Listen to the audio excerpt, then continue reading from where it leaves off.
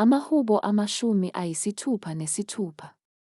Mhubeleni ngenjabulo uNkulunkulu, mhlaba wonke. Hlabelelelani inkazimulo yegama lakhe. Nibabaze ukudunyiswa kwakhe. Yishoni kuNkulunkulu nithi, yeka ukwesabeka kwemisebenzi yakho. Ngenxa yobukhulu bamandla akho, izitha zakho ziyakuzithoba phansi kwakho. Umhlaba wonke uyakukhuleka kuwe, ukudumise. Bayakuhubela igama lakho. Sela. Wozani nibone izenzo zikaNkulunkulu.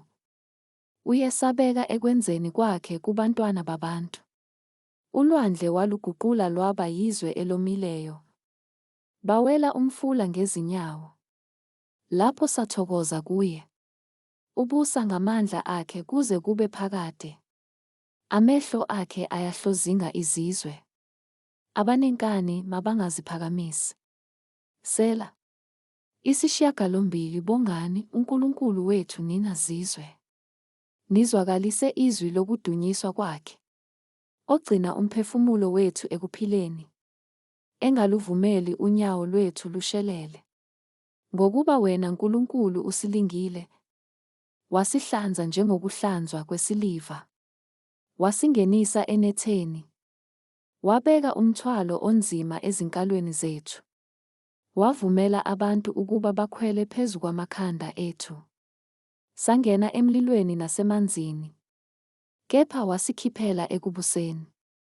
Ngiyakungena endlini yakho, ngineminikelo yokushiswa. Ngizakugcwalisa kuwe izithembiso zami. Ezaphinyiselwa izindebe zami. Zakhulunywa ngumlomo wami ngisekuhluphekeni. Ngiyakunikela kuwe iminikelo yokushiswa yezinonileyo. Kanye nephunga lezinqama. Ngiyakunikela ngezinkunzi nangezimpongo.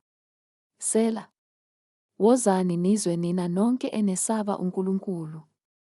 Ngizakulandisa kwenzele umphefumulo wami.